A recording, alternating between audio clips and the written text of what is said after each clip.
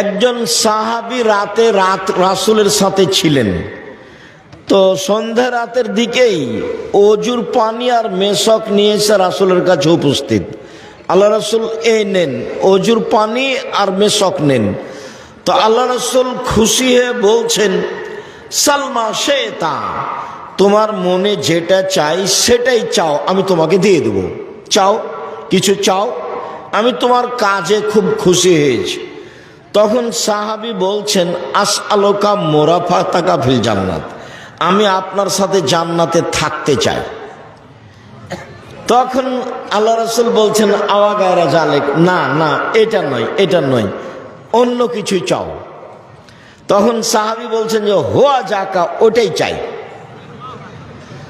তখন আল্লাহ রাসূল বলছেন যে আইনি আলা নাফসিক বিকাসরাতিস সুজুদ, আমি তোমাকে সরাসরি জান্নাতে নিয়ে থাকতে পারবো না, তুমি একটু বেশি সিজদা করে তাহাজ্জুদ পড়ে আমাকে সহযোগিতা করো, যাতে করে আমি তোমাকে নিয়ে থাকতে পারি।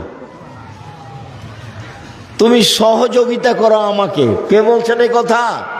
পৃথিবীর সবচেয়ে বড় মানুষ, যিনি বিচারের মাঠে যা বলবেন সেটাই হবে।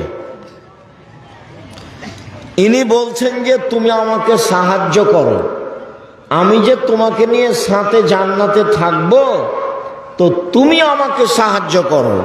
কি করে সাহায্য করবা? তাহাজ্জুদ পড়ে। রাতে তাহাজ্জুদ পড়লে আমার সহযোগিতা করা হবে, তখন আমি তোমাকে জান্নাতের নিয়ে সাথে নিয়ে থাকতে পারবো। জান্নাতে রাসূলের সাথে থাকার একটা পথ, আর একটা সহজ পথ